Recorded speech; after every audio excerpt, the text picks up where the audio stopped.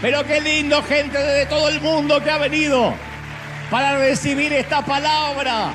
¡Estamos listos! Digan fuerte, estoy listo. Bendecimos a los que se conectan del mundo. Qué lindo. Si hay algo que nos regaló, bueno, la pandemia fue el haber conocido y habernos conectado con gente desde todo el mundo, desde todas partes del planeta, que hicieron de River su casa, que se alimentan con nosotros, que domingo a domingo esperan esta hora y que siguen reclamando las alabanzas, siguen reclamando la adoración, pero yo sigo diciendo que hay cositas que nos las reservamos para vivir la experiencia aquí. Y otras, como la palabra, es transmitida de manera gratuita cada domingo, donde se conectan cientos, miles de dispositivos. El domingo pasado el Evangelio de Shakira tocó tantos corazones, especialmente los que siempre están expectantes a ver qué Dios va a decir. Los que decían, a ver qué va a decir de la colombiana, si fue Piqué el que la engañó. Y los que vinieron con ese morbo, a los 5 minutos estaban decepcionados, ¿no? Y siempre con cada título se generan decepciones, alegrías, odios viscerales. Son simples títulos, que después tienen que tener su explicación lógica. Y esta semana no fue la excepción, así que voy a transmitirte lo que creo Dios me dijo que te diga. Mañana estoy viajando a Argentina, a Buenos Aires, para estar allí en el Luna Park, con esta gira que va a empezar en Buenos Aires el día miércoles y el jueves. Ambos están sold out, no quedó ni un asiento libre en este estadio cubierto que es el Luna Park, donde vamos a estar 2 noches y después vamos a seguir en otras partes del mundo. Y le agradezco a todos, a los que hicieron posible, que están mirándome de Argentina y que nos vamos a ver ahí. Y obviamente voy a estar aquí de regreso para el domingo que viene, no voy a faltar. Pero oren para que tenga la fuerza para ir y volver. Es acá la vuelta. ¿Estamos listos? Digan conmigo, estoy listo. Muy bien. Hay una vieja historia que, como toda buena historia, siempre me gusta repetir. Y en lo personal nunca me aburre. Hay buenas historias que yo voy a repetir y que estoy consciente que a medida que me pongan más senil, las voy a decir más seguido. Por eso oro que ustedes envejezcan antes que yo, de manera que no se den cuenta que estoy repitiendo, ¿no? Pero hay historias que son fascinantes, que siempre tienen actualidad, vigencia. Y como quiero regalártela otra vez, es cortita, espero que tampoco te aburra, ni te parezca tediosa. Ni modo, igual te lo voy a contar, estés de acuerdo o no. No te puedes escapar a esta hora. Resulta que un hombre caminaba por un puente cuando vio a una mujer que aparentemente estaba por saltar al vacío. Y corrió y le dijo, no lo haga, Dios la ama. Y a ella se le llenaron inmediatamente los ojos de lágrimas, porque sí estaba considerando quitarse la vida. Entonces él le preguntó, ¿eres cristiana, judía, atea o qué? Ella dijo, no, yo soy cristiana. Él dijo, yo también. Pero qué mundo más pequeño, qué providencia. Nos encontramos en esta situación álgida, pero qué lindo, yo también soy cristiano. Dígame, ¿evangélica o católica apostólica romana? Y ella dice, no, evangélica. Yo también. ¿De qué denominación? ¿Pentecostal? Dígame, ¿pentecostal del norte o pentecostal del sur? Y ella dice, pentecostal del norte. Yo también. ¿Pentecostal del norte conservador o pentecostal del norte liberal? No, pentecostal del norte conservador. Asombroso, yo también. ¿Pentecostal del norte conservador fundamentalista o pentecostal del norte conservador reformado? No, ¿qué va? Pentecostal del norte conservador fundamentalista. Asombroso, yo también. Pentecostal del norte conservador fundamentalista de la región de las Asambleas de Dios de Oberá Misiones, o pentecostal del norte conservador fundamentalista de las Asambleas Cristianas de los Italianos. No, pentecostal del norte conservador fundamentalista de la región de las Asambleas de Dios de Oberá Misiones. ¡Milagro!, dijo él. Pentecostal del norte conservador fundamentalista de la región de las Asambleas de Dios de Oberá Misiones que usan la Reina Valera versión 1960. O pentecostal del norte conservador fundamentalista de la región de las Asambleas de Dios de Oberá Misiones que usan la Biblia de las Américas. Y ella dice, pentecostal del norte conservador fundamentalista de la región de las Asambleas de Dios de Oberá Misiones que usamos la Biblia de las Américas. Y él le dijo, ¿segura? ¿Usan la apócrifa versión de las Américas y no la verdadera Reina Valera 1960? Sí, mereces morir, apóstata. Y la empujó.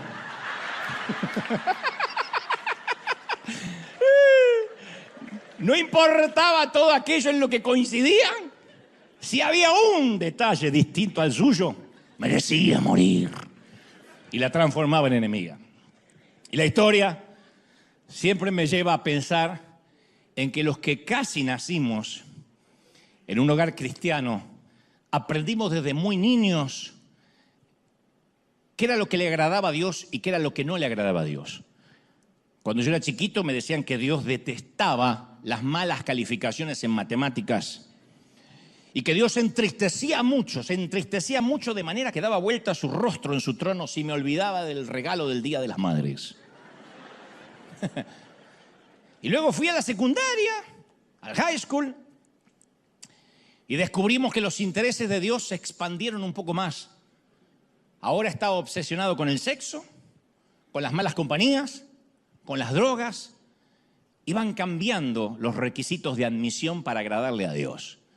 Y esto es en gran parte porque damos por sentado que aquellas figuras de autoridad que están sobre nosotros fueron puestas por Dios.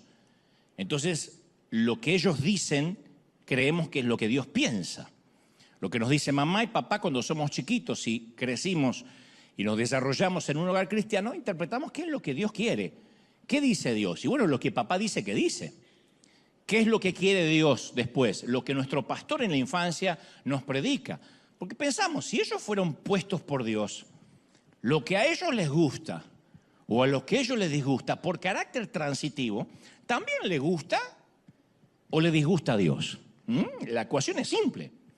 Entonces, dependiendo de nuestra edad y de las temporadas que nos toque vivir, recibimos diferentes mensajes sobre cómo debe comportarse y cómo debe lucir una persona santa. A eso se le suma la cultura de cada país. A eso se le suma el entorno de cada hogar. Porque es más fácil decir, no hagas esto porque a Dios no le agrada, como echándole la culpa a Dios de lo que a lo mejor a mí no me agrada.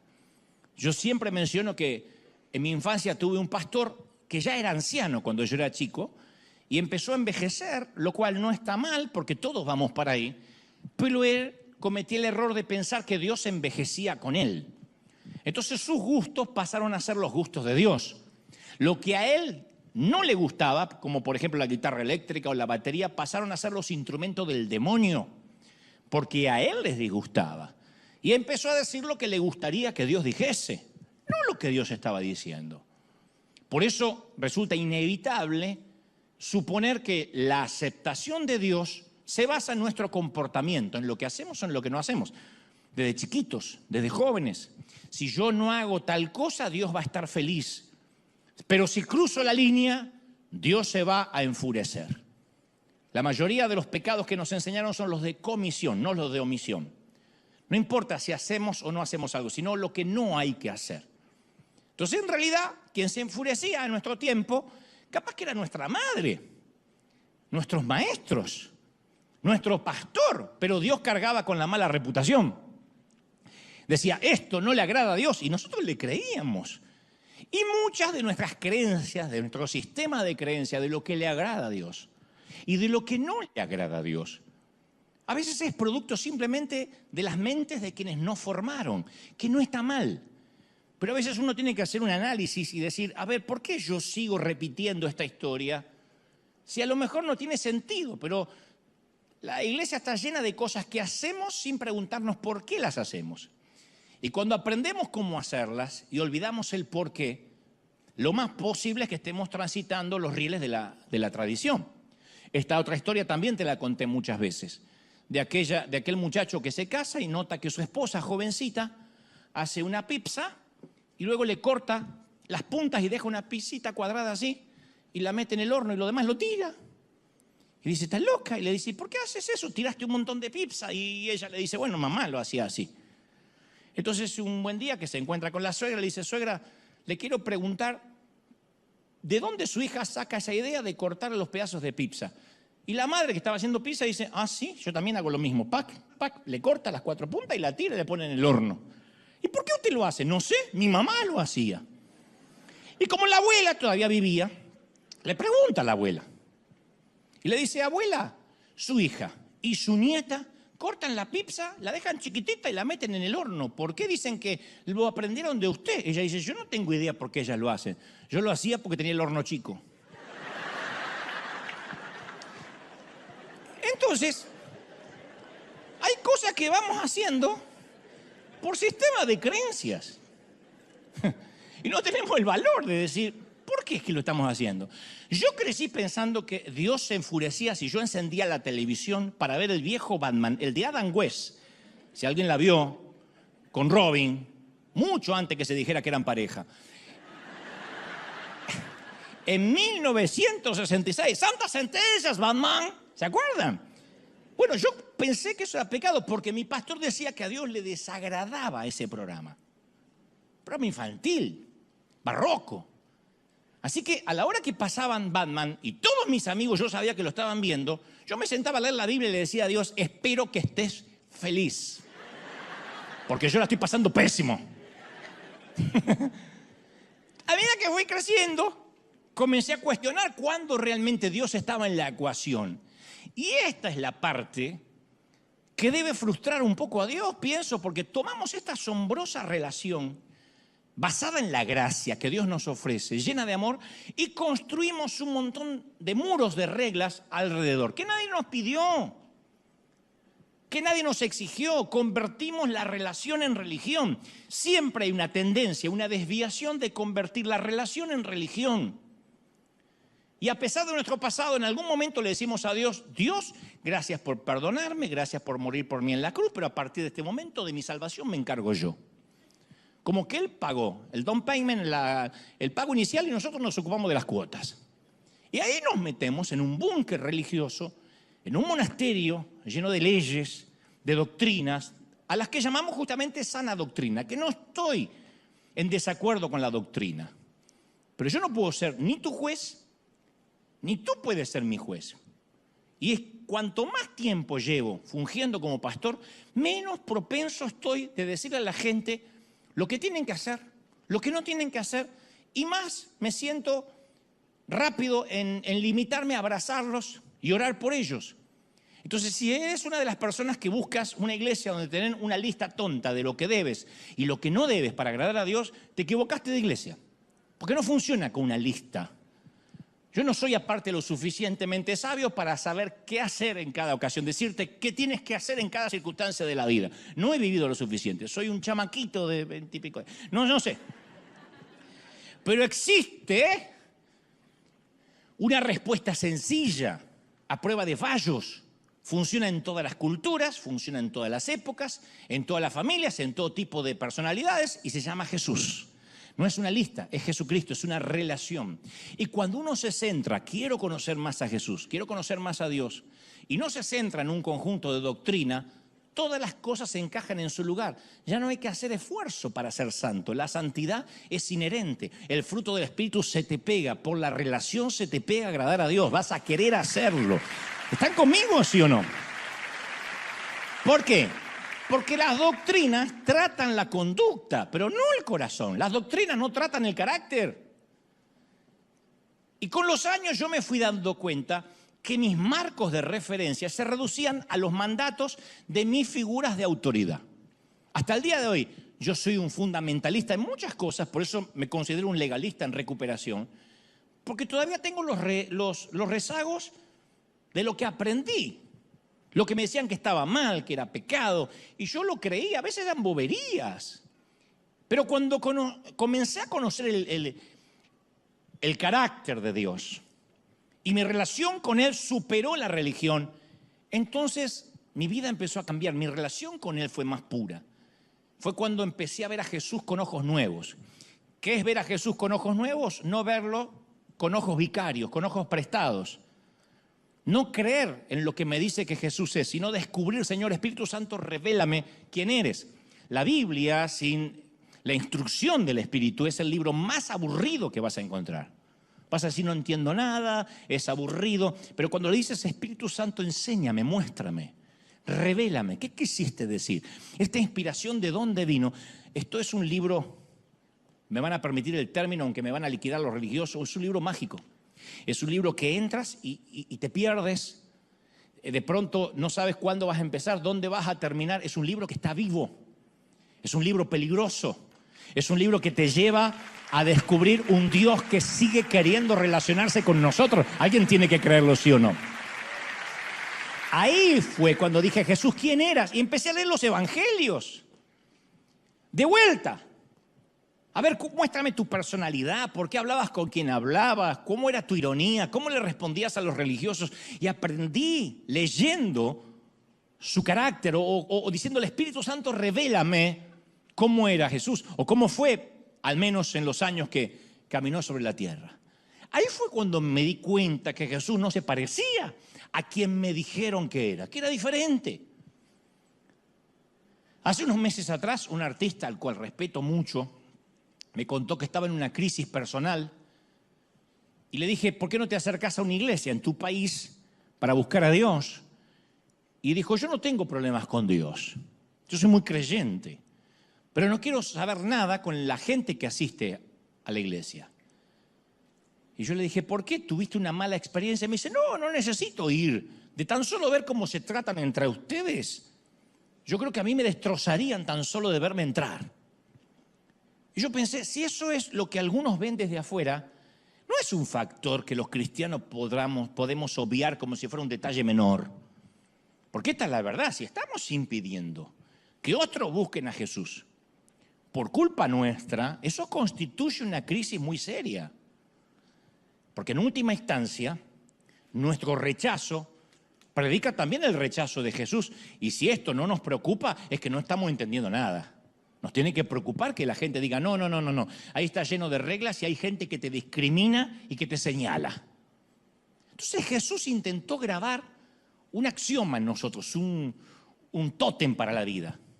Está obsesionado con ello. En Juan 13:35 Jesús dijo, de este modo sabrán que son mis discípulos. Nos dio un distintivo, nos dio una marca, nos dio una credencial, una ID. Dijo, les voy a dar un documento para que cuando le digan, ¿ustedes qué son? Este es el modo que los van a conocer. Si se aman los unos a los otros. No hay otro modo. Nunca dijo la doctrina, los conocerán por su manera de vestir, por sus canciones. La única manera que los conozcan, digan, estos estuvieron conmigo, va a ser por cómo se aman entre ustedes. Y en Juan 17:23 añadió, yo en ellos, Padre, y tú en mí. Permíteme que alcancen la perfección de la unidad y así el mundo reconozca que tú me enviaste y que los has amado a ellos como me has amado a mí. Una simbiosis perfecta. Existe una correlación muy clara entre cómo nos tratamos unos con los otros y cómo el mundo relaciona ese trato a cómo es nuestro Dios. Si la gente quiere saber de nuestro Dios, no tiene que escuchar un mensaje nuestro ni nuestras canciones, nos tiene que ver actuar en la semana. ¿Qué deberían deducir los inconversos, los ateos, los agnósticos de nuestra manera de tratarnos y de amarnos unos a los otros? Número uno, que obviamente le pertenecemos a Jesús, porque ¿qué otra explicación existe para una comunidad que se ama tanto? No sabés cómo se llama esa gente, no vi a uno de River hablar mal de otro de River, nunca. No vi ninguna hermana enojada porque le quitaron lugar en la fila, no vi. A una le pidieron el asiento y a pesar de que había estado de temprano, dijo, ¿cómo no? Si es por un alma nueva y se levantó. Esto es sobrenatural. Nunca había ninguna llegar al café o al bookstore diciendo, vengo a buscar la mía, lo grito. No, es gente que está llena de Dios y de amor. Entonces, ¿deberíamos ser tan convincentes que los demás lo interpretaran como, wow, esta gente es sobrenatural? Eso es lo que dijo Jesús. Que nos vean y digan, esta gente no pertenece acá, porque si pertenecieran acá estarían preocupados por la inflación de Biden, o si en México por AMLO y en Argentina por quien esté en el gobierno, que no sé quién está. No, que tengo que ir esta semana, sí sé quién está, pero a veces uno duda. Deberían decir, esta gente pertenece a Dios.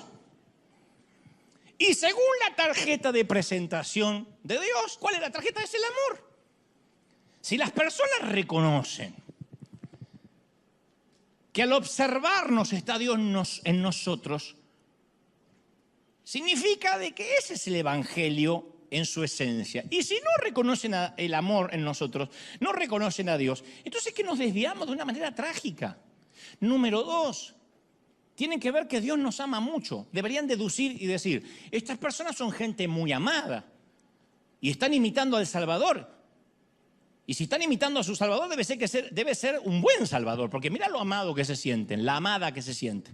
Porque la gente amada, ¿qué hace? Perdona, alienta, sirve, edifica, porque son preciosas para alguien. Viven dentro de un extraño paradigma o paradoja que es primero los demás. Se saca, ¿qué gano yo con esto? ¿Y a mí qué me dan? Se saca el egoísmo porque está lleno de Dios. Eso es algo que solo la gente segura hace, la gente amada. La gente amada y segura dice, no importa lo que yo gano, yo quiero que el otro sea bendecido. El ateo debería vernos y decir, ¿esto no significará que Dios también podría amarme a mí? Yo quiero esa vida. Entonces, en un mundo que nos observa y que está tan lejos de estas conclusiones que te digo que son sencillas, porque no es que nos tienen que ver viviendo en un convento, un pacto de hambre, en un claustro, nos tienen que ver amar.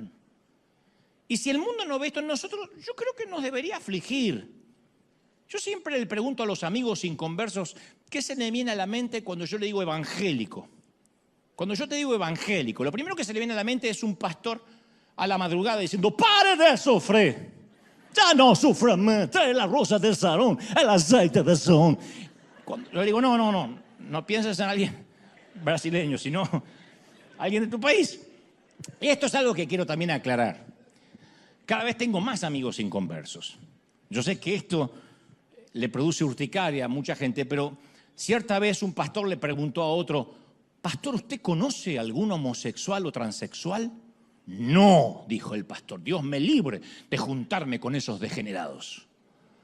¿Y no conoce ningún traficante de drogas? Menos. Esa gente pervierte a nuestros jóvenes. ¿Y conoce alguna bailarina del tubo, del caño? No del tubo horizontal, esas son las que hacen ballet, del tubo vertical. Mira cómo conoce el hermanito, ¿eh? De esos clubes para adultos. Y el otro dice, pastor, usted me está ofendiendo. No sé a qué apunta con esto. ¿Cuándo fue la última vez, sigue el otro, que le habló con una prostituta? Pastor, usted está intentando acusarme de algo, soy un hombre de Dios. Y no tengo comunión con ese tipo de gentuza. Y el otro dijo, me lo imaginaba, por eso su iglesia nunca crece, ni va a crecer. Porque el pastor tenía muchos amigos, gente que compartía sus valores y que iban en la misma dirección moral que él. Y según la definición de Jesús, todas aquellas personas por las cuales este pastor se preocupaba entraban en la categoría de sanos. Los sanos no tienen necesidad del médico. Y cuanto más años tenemos en la iglesia, más cómodos nos sentimos con los que son como nosotros y más lejos de los que se suponen que son enfermos. Entonces lo primero que nos metemos en la cabeza, no me junto más, la luz no tiene comunión con las tinieblas. Y a partir de ahí no predicamos más, tenemos la excusa perfecta para no amar, para no involucrarnos, para no ensuciarnos las manos con las almas de la gente. Por eso decimos que en River abrimos nuestro corazón a las personas cuya vida es moralmente distinta a la nuestra. No para compadecernos de ellas, no para reprenderlas, no para convertirlas en un proyecto evangelístico o en un trofeo de nuestra evangelización, sino a priori, en primera instancia, para amarlas, para abrazarlas y decirle, aquí te vas a encontrar con gracia. Lo demás lo hace el Espíritu Santo y Dios. Entonces, volviendo al tema de mis amigos inconversos, me dicen, para mí, el evangélico promedio, y me permite hablar a mí porque yo estoy dentro, porque yo crecí en la iglesia. Y eso me asigna autoridad, yo no estoy hablando de afuera. Yo nací casi en la banca de una iglesia. Entonces yo quiero preguntar cómo nos ven. Y me suelen decir, mira, para mí un evangélico es alguien atrincherado en su manera arcaica de pensar, siempre enemigo del aborto, de los homosexuales, furioso, violento, ilógico, constructor de grietas. Y si no piensas como él, eres su enemigo o te condena. Entonces a veces queremos nosotros convertir a todo el mundo y por lo general no podemos ni convivir pacíficamente con nadie que no crea lo que nosotros creemos. Y mientras más nos llenamos la boca, y esto es una autocrítica, de tolerar la diversidad, más descalificamos y condenamos al que piensa distinto. Pasa entre pastores, imagínate con el resto del mundo. Es muy raro que veas a un cura hablando mal de otro cura. Es muy raro que un cura hable mal de un cardenal, o el cardenal del obispo del papa. De alguna manera hay un respeto por el clero o por la autoridad que ellos consideran ha sido puesta en ese hombre. Pero si notamos nuestro ejército, vamos a ver que apenas estamos en desacuerdo, inmediatamente pasa a la vereda de enfrente. Y siempre me pregunto, ¿cómo vamos a hacer sal y levadura dentro de una sociedad que tiene un concepto tan negativo de nosotros? Y esa tendencia a excluir al que piensa distinto, entre los dirigentes religiosos de Jesús, consideraban que era una gran virtud. Pensaron, vamos a excluir al que piensa distinto y Jesús nos va a aplaudir. Pero para Jesús constituyó un gran pecado. Y eso sorprendió a los discípulos. Un día, camino a Jerusalén, estaban los muchachos con Jesús y Jesús quiso detenerse en una población samaritana y no lo recibieron bien. Y sus discípulos preguntaron, uno, para hacerse el súper espiritual, Señor, ¿quiere que hagamos caer fuego del cielo para que los destruya? Creo que era chileno, dijo, ¿quiere que hagamos caer fuego del cielo para que los destruya estos huevones? Y pensaban que Jesús, no, lo digo por mi amigo Ulises Oyarzún, que está acá, pero Judas, todos estos eran todos chilenos, me dijeron, pero después Dios los perdonó. Cuando él habla, cuando él predica, dice que Judas era argentino y esta es mi venganza. Dice que Judas dijo, ¿seré yo, che, el que te voy a traicionar, macho?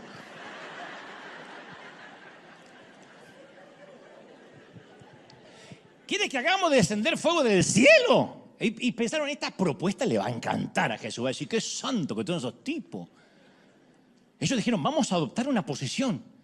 Nosotros somos los que estamos del lado de Jesús. Eran los guaruras, los guardaespaldas de Jesús. Y vamos a defenderlo y con esto nos ganamos una moneda con Jesús. Vamos a quemar a los que piensan diferente. Jesús se volvió y los reprendió. Él no necesitaba abogado. Jesús no necesita abogados defensores. Para Jesús las categorías no se dividen entre nosotros y ellos, evangélicos y católicos, perfecto e imperfecto, santo y pecador, porque esto colocaría a la humanidad de un solo lado, del lado equivocado. Lo cual no quiere decir que Jesús concordara con todas las personas, que fuera relativista, que temiera enfrentar, porque Jesús, vaya, caramba, que confrontaba, pero nunca sucumbió ante el prejuicio de la pertenencia, del grupo de pertenencia. Y continuamente comunicaba su propósito que deberían pasar al otro lado, predicar el evangelio a toda criatura. Los que ellos querían poner del lado diferente, Jesús los metía en su círculo. Entonces a veces los que venimos a la iglesia por años malinterpretamos esto. Hablamos de otras religiones, de otras etnias, de otras culturas, de otra conducta, de otra política, de otras denominaciones. Y nos permitimos cualquier licencia, que no es otra cosa que murmuración disfrazada de la palabra celo santo, con el fin de condenar a que se vaya al infierno al que no piensa como nosotros. Por eso cuando uno va a ver a Jesús con ojos nuevos, se lleva unas sorpresas. ¡Oh! Ve unas cosas que realmente incomodan nuestro sistema de creencias. Por eso el legalismo es tan popular, porque es un evangelio más predecible. El legalismo siempre es un territorio más claro. Tú vienes aquí los domingos y yo te digo cómo se tienen que vestir las mujeres, ¿ok? Y así Dios se va a agradar. Punto, se terminó el evangelio. Entonces andan unas mujeres con la falda larga acá, que le hacen juego con la lengua. Pero nadie mira en su interior, sino el exterior. Pero funciona así, dame una regla por día. Pastor, dame una regla por día. Dime que a Dios no le agrada Batman y yo no voy a ver Batman o no voy a ver Los Simpsons y así sabré que por no ver Los Simpsons yo agradé a Dios. ¿De verdad? No, no, es que si puedo marcar los límites voy a estar tranquilo en cuanto a mi estatus evangélico. Ese estatus que siento la obligación que tengo que defender y de lo único que estoy seguro, de que soy evangélico y que odio el aborto. No. El camino más fácil siempre es marcar reglas. Hasta para mí es sencillo predicar un sermón legalista. Porque así yo logro que la mayoría que está acá tenga culpa y pase el altar llorando. Empiezo a decir, aquellos que tuvieron pensamientos promiscuos de sexo esta semana, aquellos que miraron pornografía, aquellos que se masturbaron, aquellos que miraron el trasero ajeno, no queda uno sentado en la silla. Queda el hipócrita que miente, ¿no? Entonces la culpa se genera rápido, la convicción de pecado no. La convicción de pecado la produce el Espíritu Santo. No quiero ofender a mi Dios, no quiero lastimar a mi Señor. Pero ¿qué hace la regla? Confirma los que están fuera y los que estamos dentro. Y confirma la teoría de que hay gente fuera. Y es un truco barato, desde luego, pero eficaz. Si yo puedo criticar tus creencias, tus interpretaciones, tus tradiciones y doctrinas, yo aseguro mi estima. No importa si son cuestiones periféricas, porque la mayoría son cuestiones periféricas. Nadie está discutiendo la Trinidad, la muerte de cruz, su posterior resurrección. Siempre estamos discutiendo boberías, la música, la vestimenta y las luces y la pantalla. Pero a mí me conforta tener la razón y el otro no. Porque si yo estoy en lo correcto, entonces continúo siendo salvo. Porque estoy en lo correcto. Entonces eso es pensar que Jesús fue golpeado, torturado, crucificado, para que después intentemos salvarnos o mantener la salvación con nuestras insignificantes pequeñas obras. ¿De verdad? No podemos abaratar el sacrificio de Jesús pretendiendo reembolsarlo. No se puede pagar. Pero como no lo podemos pagar, entonces intentamos justificarnos en comparación. Bueno, menos mal que no somos como de aquella falsa doctrina. Por lo menos no somos como los otros. Entonces nuestro pecadómetro tenemos pecados chiquitos, pequeños, chiquititos, medianos, grandes y escandalosos. Si vemos a alguien con un pecado pequeño, y bueno, ¿quién no? Es una persona buena. ¿Quién no quiere? ¿Quién va a querer a la suegra? Es un pecado pequeño. Está cerca de Jesús, por lo menos. Vemos a alguien con pecado más mediano y ya nos ponemos nerviosos. Estamos orando por esa persona. Tenemos que orar para que Dios trate duro. Va a tener que llamarle la atención Dios en un momento u otro. Cuando nos encontramos con un pecador escandaloso, decimos, va a arder en el infierno. Ese hombre se va directo y cómo me voy a gozar. Porque ahora, en ningún lugar de la Biblia nosotros encontramos que Dios haga distinción en varios niveles de pecado. Yo siempre digo, Él pone al chismoso en la misma lista del homicida. Chismear es lo mismo que hubiese matado a tu suegra. ¿Lo hubieses hecho? Él no comparte nuestro sistema de evaluación. Para Él todos los pecados son igual de malos. Y todos los pecadores merecen el mismo amor y el mismo perdón. Todos los pecadores, chiquitos, medianos y grandes. ¿Sí o no? Ahora, es evidente que cada pecado tiene sus diferentes consecuencias. Por algunos te pueden meter hasta en la cárcel, otros te pueden romper la cara, otros no se van a notar. Pero el Señor llama pecado. Al pecado es pecado independientemente de las consecuencias legales o naturales que puedas tener. Por eso tenemos que tomar conciencia que dentro de nosotros siempre hay un fariseo intentando salir. Tan pronto vencemos una debilidad, nos ponemos en la vereda de enfrente de esa debilidad y somos el mayor crítico de quien tenga esa misma debilidad todavía que nosotros acabamos de vencer hace poco. A un ex chismoso, el que más bronca le da es el chismoso. A un ex indocumentado hispano, el que más bronca le da es un indocumentado. Trabaja en la migra.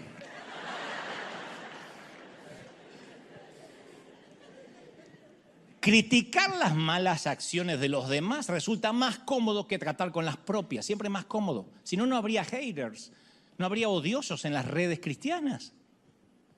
¿Qué hacemos? Maquillamos leyes, las adecuamos a nuestro estilo de vida y juzgamos a los demás por esas leyes. A veces por nuestra cultura lo juzgamos. Las mujeres musulmanas que se tapan continuamente, seguramente si te ven como estás hoy, te juzgaría. Porque a una mujer no se le debe ver su rostro. Pero es un tema cultural. En todo caso religioso. No necesariamente viene de Dios. Y Jesús se juntó con lo que hoy equivaldría a, porque a veces decimos, sí, cobradores de impuestos, como que se juntó con el que cobra el IRS o la FIP en Argentina o Hacienda en España. No, él se juntaba con proxenetas, prostitutas, tratantes de blancas, narcos, travestis y drogadictos, lo que hoy sería esa gente. Porque en la cultura de la época, comer con esa gente implicaba que se identificaba con esa gente. No comías con quien no te identificabas, por lo menos para un judío. Y Jesús se relacionó con todo tipo de gente que los judíos respetables evitaban. Ninguna persona que se respetara a sí misma se arriesgaría a hacerse amiga de esa gente para que no se los culpara por asociación. Predicarles, reprenderlos, criticarlos, hasta burlarse de ellos, incluso hubiese sido aplaudido. Pero nunca sentarse a comer. Y por sentarse alrededor de la mesa, contar chistes y disfrutar juntos, lo llevaron a Jesús a la cruz. Porque eso era quedar pegado. No había redes, pero lo veían. Y a Jesús no le importaba el escándalo. Le gustaba pasar tiempo con los pecadores. Pasó gran parte de su tiempo juntándose con la chusma, con gente rota. Hablaba, comía, lloraba con ellos, los escuchaba y los servía. Cuando yo digo esto, no falta quien dice, sí, pero no se levantaban de la mesa igual. ¿Quién dijo? ¿En dónde hay registro que necesariamente quien comía con él se levantaba con la chiripiorca? ¿Quién?